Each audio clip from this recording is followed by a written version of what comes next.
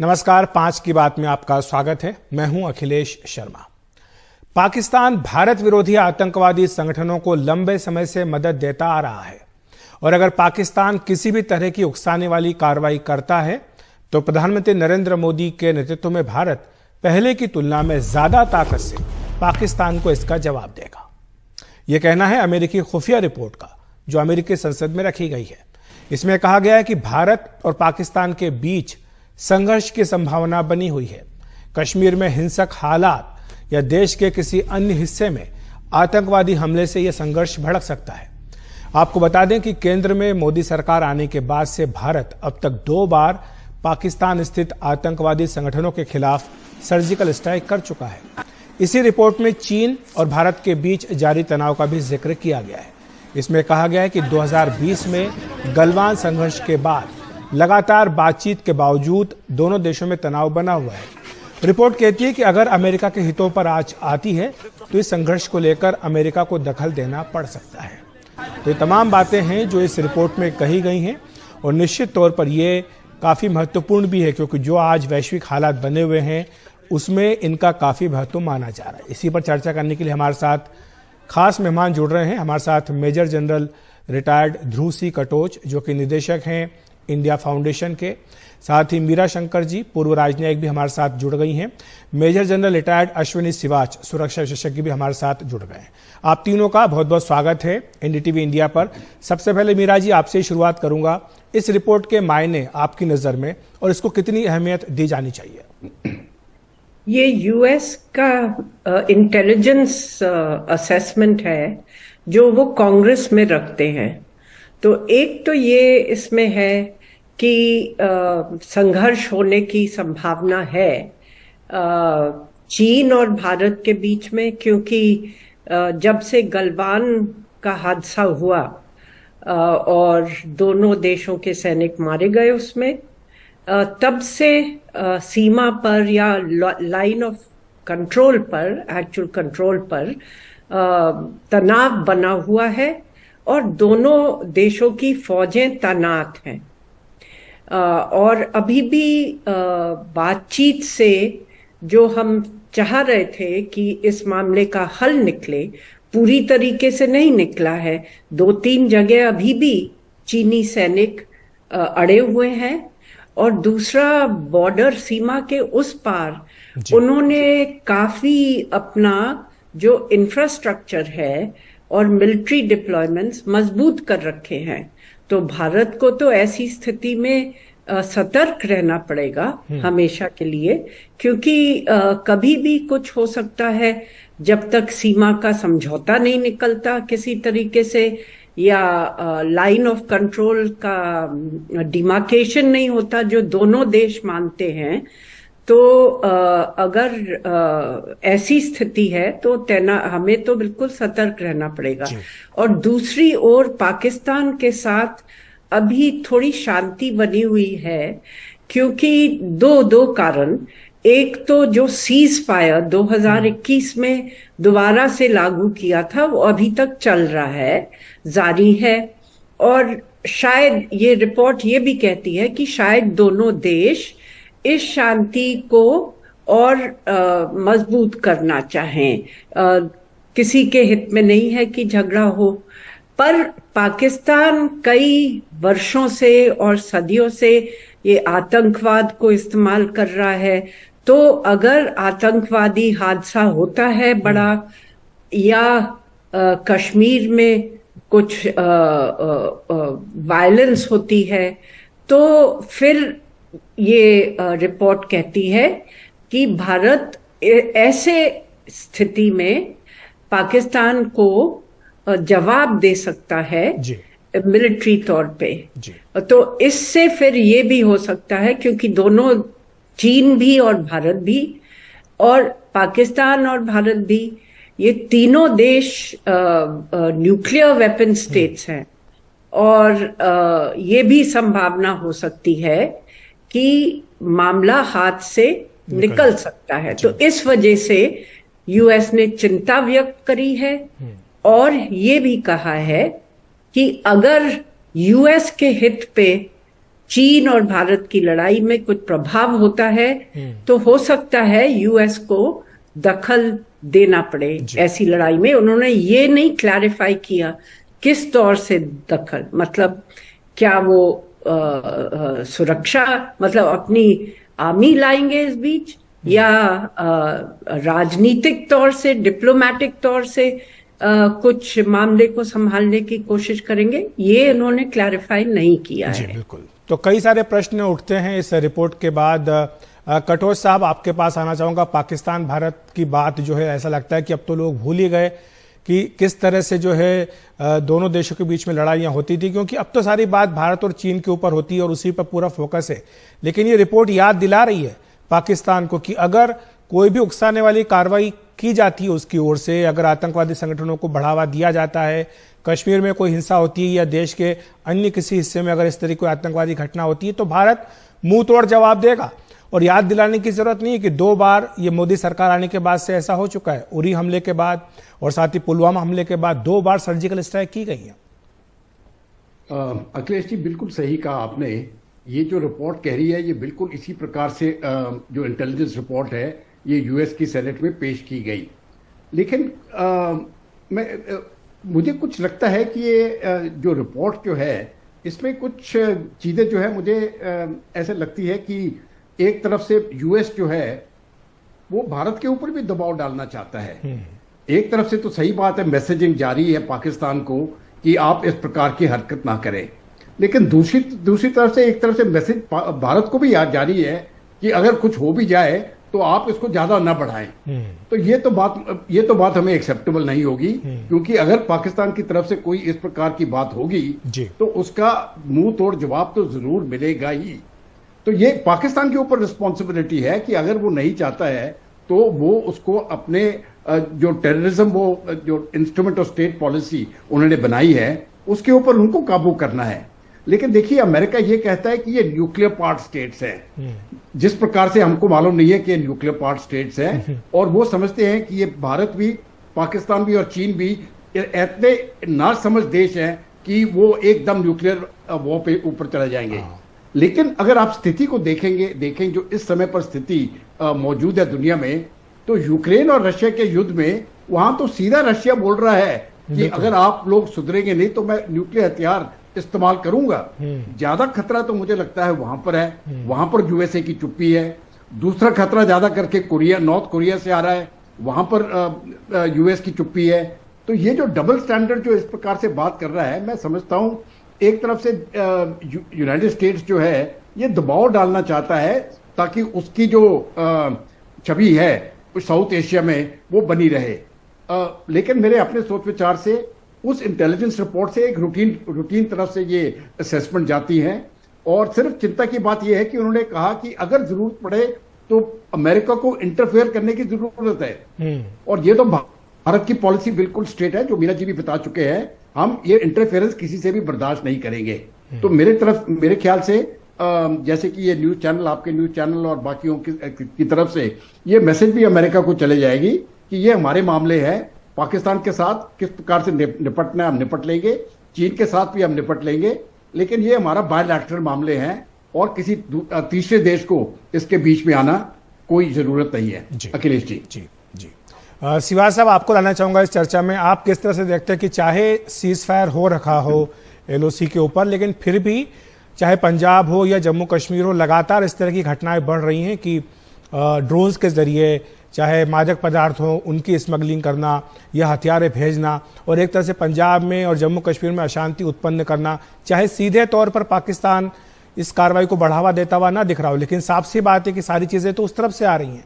तो ये जो छोटी छोटी, जिसको बोल सकते हैं कि सुई चुभोने का काम पाकिस्तान करता है, इसको किस तरह से निपटा जाए? चाहे अमेरिका की ये रिपोर्ट कहती है कि अगर कोई बड़ा हमला होता है या कोई बड़ा इस तरह का आतंकवादी हमला होता है तो भारत जवाब देगा, भारत दे भी चुका है, 2 बार ऐसा हो चुका है, लेकिन ये जो इस तरह की घटनाएं हो रही, इनसे किस तरह से निपटा जाए? हाँ बिल्कुल अखिलेश, एक तो सिंपल सी बात है कि आज पाकिस्तान भी खुद आतंकवाद का विक्टिम है, और ये सच्चाई है। ये विक्टिम पैदा भी उन्होंने किया था। जब हिलेरी क्लिंटन आई थी 2013 में, जब सेक्रेटरी ऑफ स्टेट थी, तो उन्होंने साफ सुथरे शब्दों में बोला था कि अगर आप अपने कोर्ट यार्ड में सांप पालेंगे और सोचेंगे कि आपके नेबर को डसेगा, एक दिन आपको भी डसेगा। और आज वो समय आ गया है कि जब तहरीक तालिबान पाकिस्तान बहुत बोल्ड हो रहा है और पाकिस्तान के अंदरूनी हालात बहुत खराब है, financial condition, economic condition, terrorism बढ़ता जा रहा, पॉलिटिकल इंस्टेबिलिटी है, अफगानिस्तान के साथ रिलेशन बहुत खराब हो गए हैं डोरन लाइन को लेके, और तहरीक तालिबान पाकिस्तान शरिया लॉ लेना चाहता है।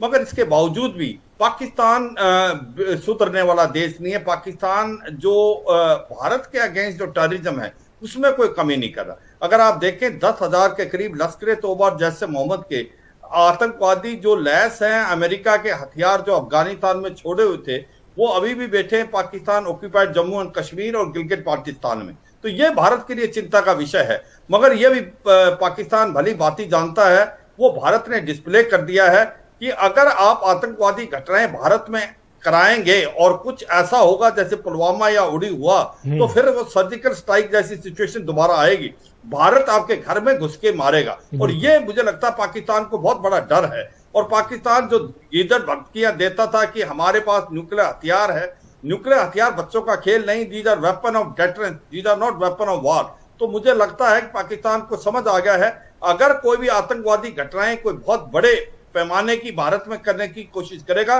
तो भारत की जो लीडरशिप है वो बहुत ज्यादा स्ट्रांग है और वो उसका जवाब देगी। दूसरा क्वेश्चन अखिलेश, आपने जो बोला था कि ये अमेरिकन जो एक प्रकार से अभी जो रिपोर्ट दी है उसका और क्या मीनिंग, देखो एक थोड़ा सा मुझे लगता है थोड़ा सा भिन्न कि कहीं भारत के ऊपर भी प्रेशर इसलिए डाल रहा है कि वो ये दिखाने के लिए कि चीन क्या कर सकता है, और वाकई चीन तैयारी कर रहा है। चीन ने अभी तक डिसएंगेजमेंट जो की है वो ही की है, डी एस्केलेशन और डी इंडक्शन नहीं की।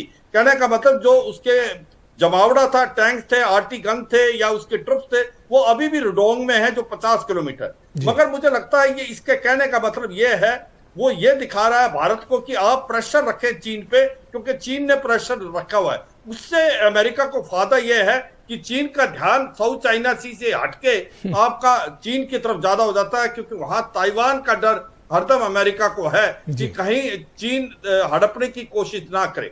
एक और सबसे बड़ा इंपॉर्टेंट पॉइंट जो इस रिपोर्ट में है कि कहीं कोलिजन हो सकता है चीन और पाकिस्तान का, जो कि अभी जो हम बोलते हैं टू फ्रंट वॉर, वो भारत के लिए बहुत इंपॉर्टेंट है। वो हमें ध्यान देना पड़ेगा। अगर ऐसी सिचुएशन आती जहां चीन और पाकिस्तान तो मिलके हम भारत पे हमला करते हैं, तो उसमें हमें मदद चाहिए अमेरिका की, और वो हमारी 4 फाउंडेशन एग्रीमेंट साइन है, हमारा स्ट्रेटेजिक पार्टनरशिप है, चाहे वो कोमकासा है या लीमिया है या बेका है, बेसिक एक्सचेंज कॉपरेशन एग्रीमेंट। तो जिस प्रकार से अमेरिका अभी यूक्रेन को रियल टाइम इंटेलिजेंस और आपके सैटेलाइट से या आपको वेपन के जो मदद है, मुझे लगता है वो भारत बिल्कुल चाहेगा। मगर जो लड़ाई लड़नी है वो भारत ने खुद लड़नी है, चाहे वो लद्दाख से लेकर अरुणाचल प्रदेश है या पाकिस्तान के साथ है।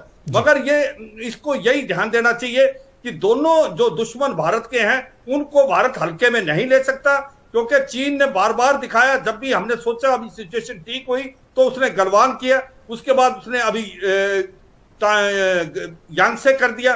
तो इसमें यह समझना पड़ेगा चीन जो है इंफ्रास्ट्रक्चर इतनी तो जोरों से डेवलप कर रहा है, वेस्टर्न हाईवे के साथ रेलवे लाइन बढ़ा दी उसने, अपने जो एयरफील्ड थे उनको अपग्रेड कर दिया है, उसके बाद अपने गांव बना लिए हैं जो गांव नहीं डिफेंडेड लोकेलिटी है। तो इसको मद्देनजर रखते मुझे लगता है कि हमें चौकन्ना रहने की जरूरत है और हमें भी अपना इंफ्रास्ट्रक्चर ऐसा डेवलप करना पड़ेगा जैसा चीन का है। मुझे लगता है अगले 5-10 साल में हम वैसे ही डेवलप कर पाएंगे जैसा चीन का है। और पाकिस्तान एक प्रकार से डेटरेंस है, अभी इरिटेंट है, ना कि एक बहुत बड़ा दुश्मन है। मगर फिर भी पाकिस्तान के पास एक इंस्ट्रूमेंट है, वो है टेररिज्म, और उसके अगेंस्ट भारत को चुप करना रहना पड़ेगा। काफी महत्वपूर्ण बातें हैं सिवा साहब की ओर से कही गई। जहां तक बॉर्डर इंफ्रास्ट्रक्चर का प्रश्न है, हाल ही में सरकार ने बताया है कि इस बजट में कि 14,000 करोड़ रुपए कर दिया गया, जो कई गुना है जो पहले की तुलना में। तो ये काफी महत्वपूर्ण एक डेवलपमेंट है जहां तक कि बॉर्डर इंफ्रास्ट्रक्चर की बात है। मीरा जी, आपको लाना चाहूंगा, जो बात सिवा साहब कह रहे हैं कि भारत को 2 मोर्चों पर तैयारी करके रखनी होगी, एक पाकिस्तान और एक चीन, इस बात का इशारा जो हमारे एनएसए हैं वो भी पहले कर चुके हैं, और साथ साथ हमारी सेनाएं भी बार बार ये कहती है कि हम पूरी तरह से तैयार हैं।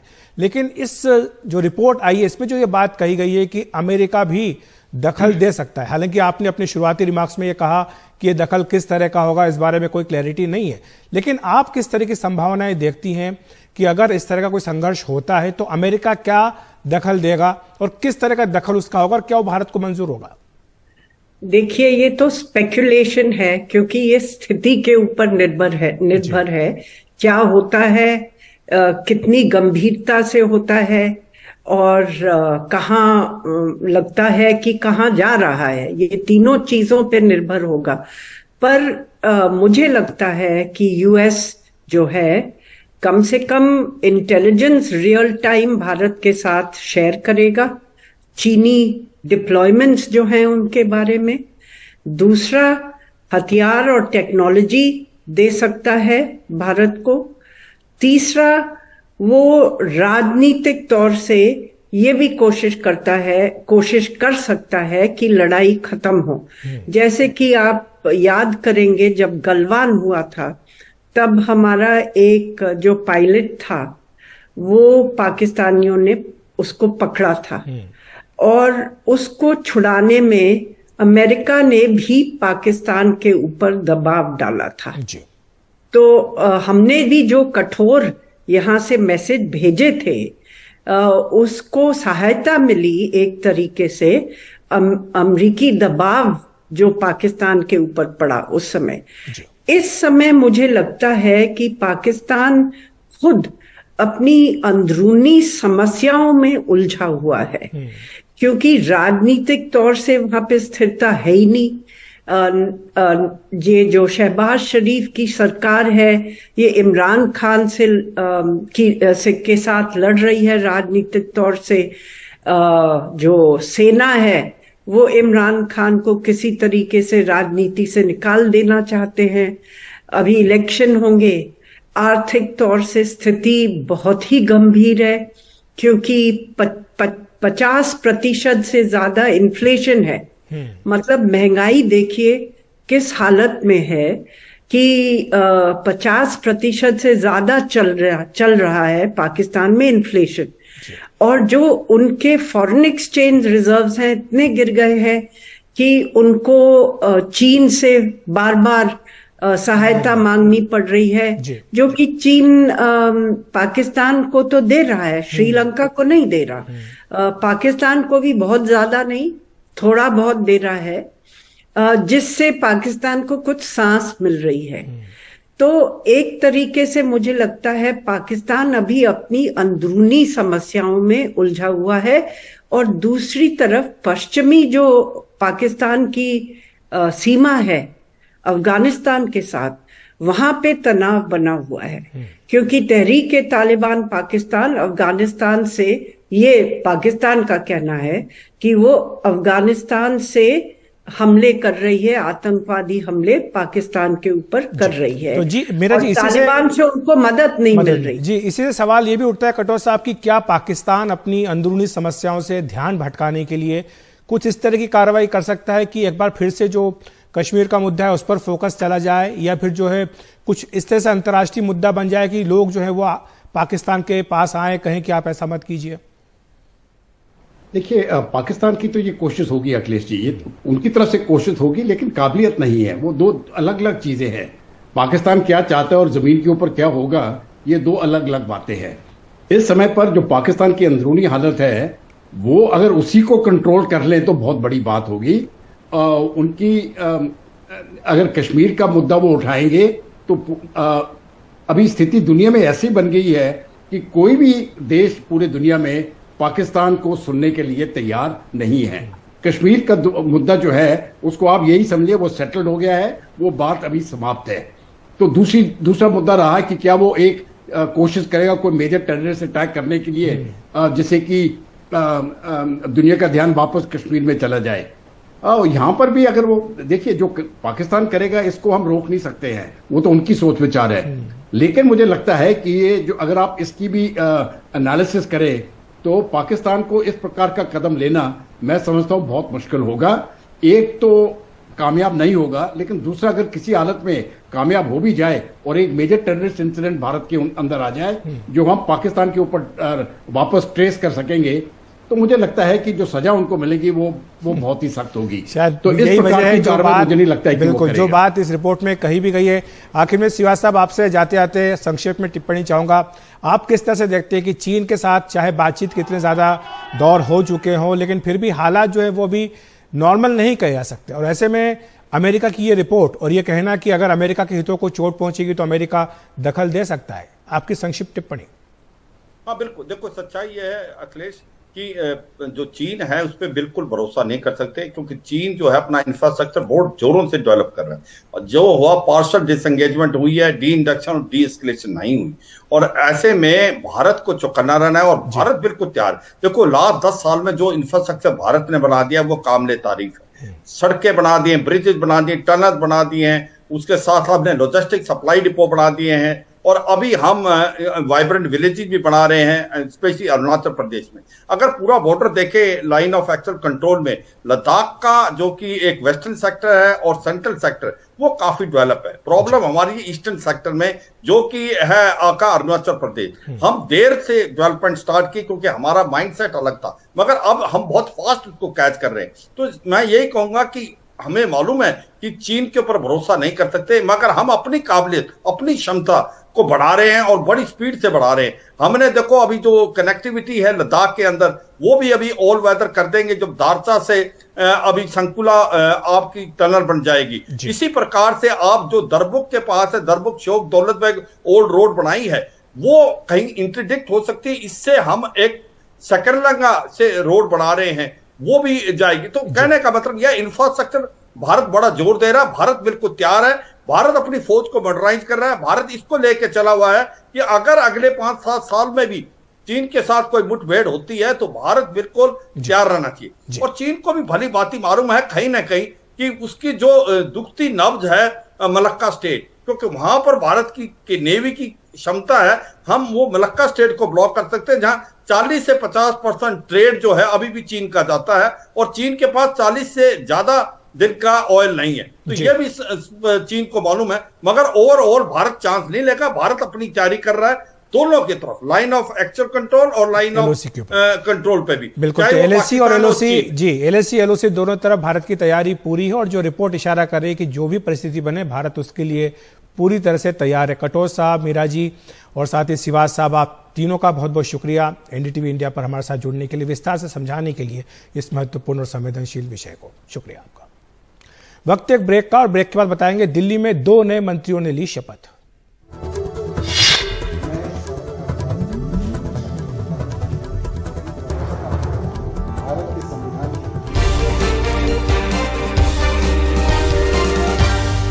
दिल्ली सरकार में 2 नए मंत्री शामिल हो गए हैं। आम आदमी पार्टी के विधायक सौरभ भारद्वाज और आतिशी ने थोड़ी देर पहले ही मंत्री पद की शपथ ली।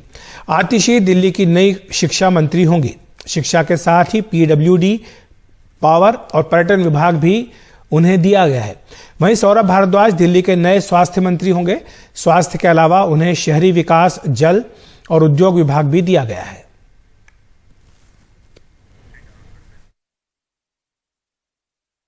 कैसे उनकी जिम्मेदारी संभालने के लिए यहाँ पे हैं, और जैसे ही हमारे जो श्रद्धेय हैं सत्येंद्र जी और मनीष जी वापस आएंगे वो अपनी जिम्मेदारियाँ वापस संभालेंगे, ऐसी हमारी आशा है। और ऐसी हमारी प्रभु से जो है हमारा विनय है कि ये जल्द हो। अरविंद केजरीवाल जी के बड़े फ्लैगशिप प्रोग्राम्स जो हैं वो स्वास्थ्य के हैं, एजुकेशन के हैं, वाटर डिपार्टमेंट के हैं। तो हम लोग कोशिश करेंगे इसमें ज़्यादा से ज़्यादा काम हो सके। जो काम पिछले कुछ महीनों से स्लो चल रहे थे उन कामों के अंदर तेज़ी लाई जाए, और दिल्ली वालों को जो हमने वादे किए वो उसको पूरा करें। मनीष सिसोदिया जी दिल्ली के शिक्षा क्रांति के जनक हैं। लाखों गरीब बच्चों को उन्होंने अच्छा भविष्य दिया है। सत्येंद्र जैन जी वो व्यक्ति हैं जिन्होंने पूरी देश को, दुनिया को मोहल्ला क्लिनिक का मॉडल दिया है, परंतु केंद्र सरकार ने झूठे आरोप लगाकर दोनों को जेल में डाला है। ये एक मुश्किल परिस्थिति है, और इस मुश्किल परिस्थिति में उनकी जिम्मेदारियां हमें संभालने को मिली हैं। जब भगवान श्री राम का वनवास हुआ था तो उनके भाई भरत ने उनकी खड़ाओं को सिंहासन पर रखकर अपना शासन चलाया था।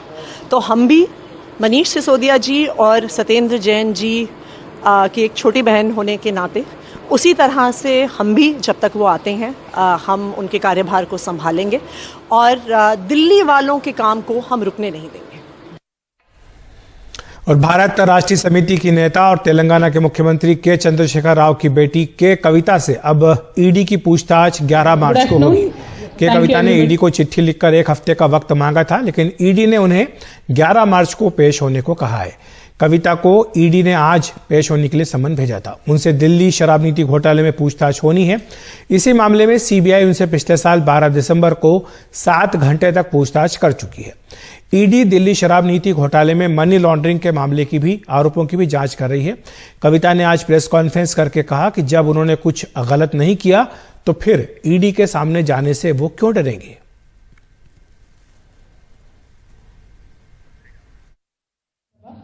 It could never be get out of torturing people like तब से लेके अब करिए, हम बात करेंगे, हम जरूर फेस करेंगे ईडी को, लेकिन आपके बीएल संतोष जी से भी बोलिए जरा हमारे तेलंगाना में आके सिट के सामने पेश हो जाए, आंसर करें, क्वेश्चन आंसर करें। किस बात की डर है आप? हमने गलती नहीं किया, हम तो आ रहे हैं ईडी में, हम कल भी जाएंगे, आपको जो करना है करिए, जो लीगल कोर्स है, लीगल एक्शन है, हम पूरा आपसे कोऑपरेट करेंगे। और के कविता ने कांग्रेस पर भी तीखे हमले किए। उन्होंने कहा कि कांग्रेस की हालत एक क्षेत्रीय दल जैसी हो गई है।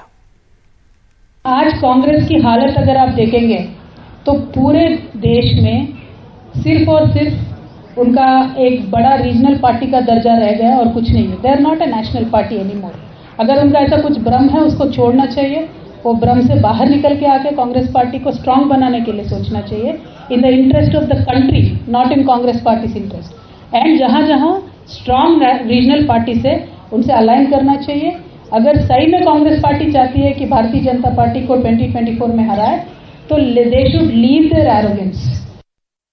महाराष्ट्र की शिंदे सरकार ने अपना पहला बजट पेश किया। डिप्टी सीएम और वित्त मंत्री देवेंद्र फडणवीस ने बजट पेश करते हुए कहा कि किसानों के लिए नमो शेतकारी महासम्मान निधि योजना शुरू की जा रही है, जिसमें कि राज्य सरकार की ओर से किसानों को 6,000 रुपए और पीएम सम्मान निधि मिलाकर साल में 12,000 रुपए दिए जाएंगे। महाराष्ट्र के किसानों को 1 ही रुपए में फसल का बीमा दे दिया जाएगा।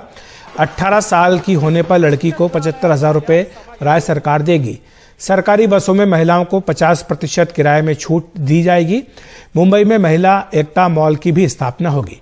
महात्मा ज्योतिराव फुले जनआरोग्य योजना में 5 लाख रुपए तक का मुफ्त इलाज किया जाएगा। महाराष्ट्र में 700 बाला साहब ठाकरे अस्पताल स्थापित होंगे। अन्य पिछड़ा वर्ग के लिए 3 साल में 10 लाख घर देने का फैसला भी किया गया है। 75,000 सरकारी नौकरियों का महत्वाकांक्षी कार्यक्रम होगा। 3 करोड़ असंगठित कामगारों को सामाजिक सुरक्षा दी जाएगी। ऑटो रिक्शा टैक्सी चालक कल्याण निगम की स्थापना भी की जाएगी।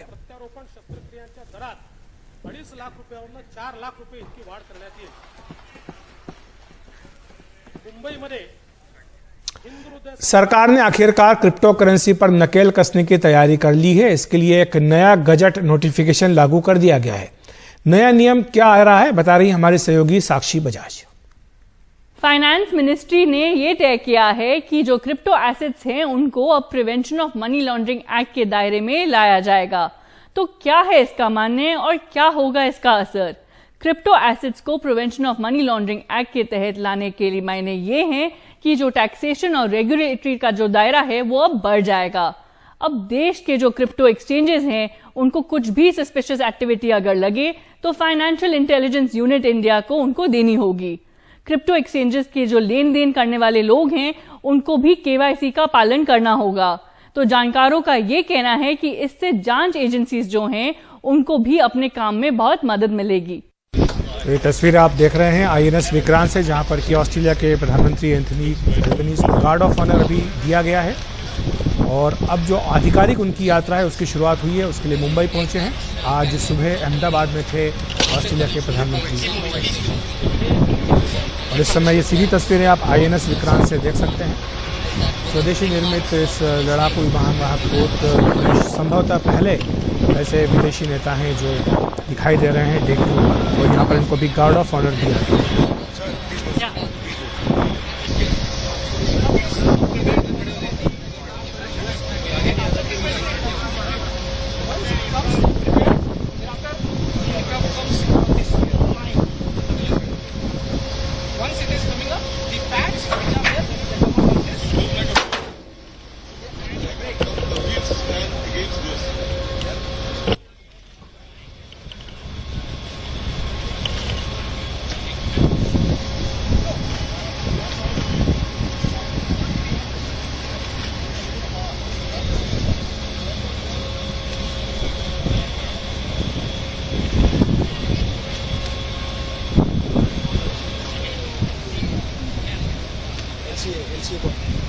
ये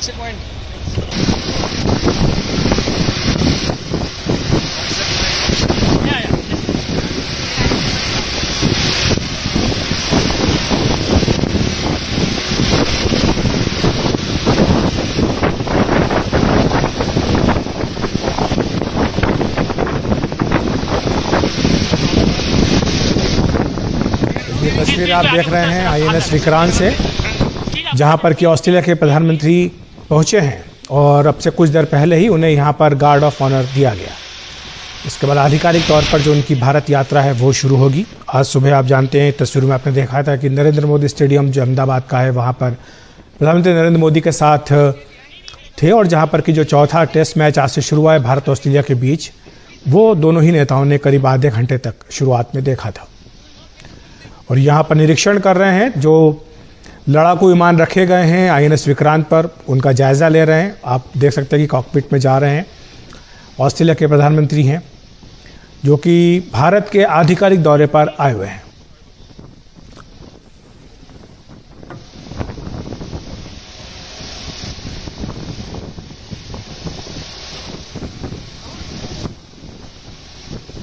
सलामी गारद का निरीक्षण अब से कुछ देर पहले उन्होंने INS विक्रांत पर किया और ये काफ़ी महत्वपूर्ण यात्रा है और दोनों ही देशों के रिश्तों को मजबूत करने की दिशा में इसे काफ़ी महत्वपूर्ण बताया गया है और खुद PM मोदी ने भी काफ़ी गर्मजोशी के साथ उनका स्वागत किया था। कल जब वो आए थे अहमदाबाद तो वहाँ पर उन्होंने कई सारे कार्यक्रमों में हिस्सा लिया, इसमें कि उन्होंने होली समारोह जो था उसमें भी वो गर्मजोशी के साथ हिस्सा लेते हुए दिखाई दिए थे। और इस समय आप देख सकते हैं कि लड़ाकू विमान के कॉकपिट में उसका निरीक्षण कर रहे हैं, उसके बारे में जानकारी प्राप्त कर रहे हैं और INS विक्रांत पर इस समय उनका दौरा चल रहा है।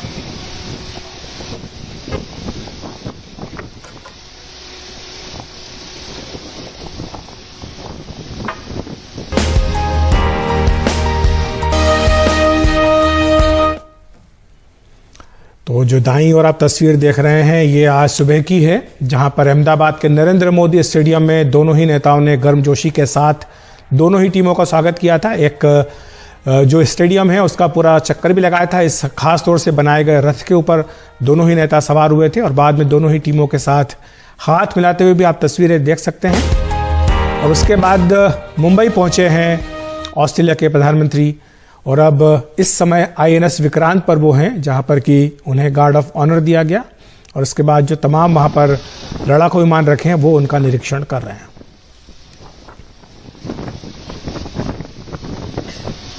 ये भारत में ही निर्मित, स्वदेशी निर्मित पहला एयरक्राफ्ट कैरियर है INS विक्रांत, जिस पर कि इस समय ऑस्ट्रेलिया के प्रधानमंत्री मौजूद हैं और यहाँ पर वो तमाम लड़ाकू विमानों का निरीक्षण कर रहे हैं।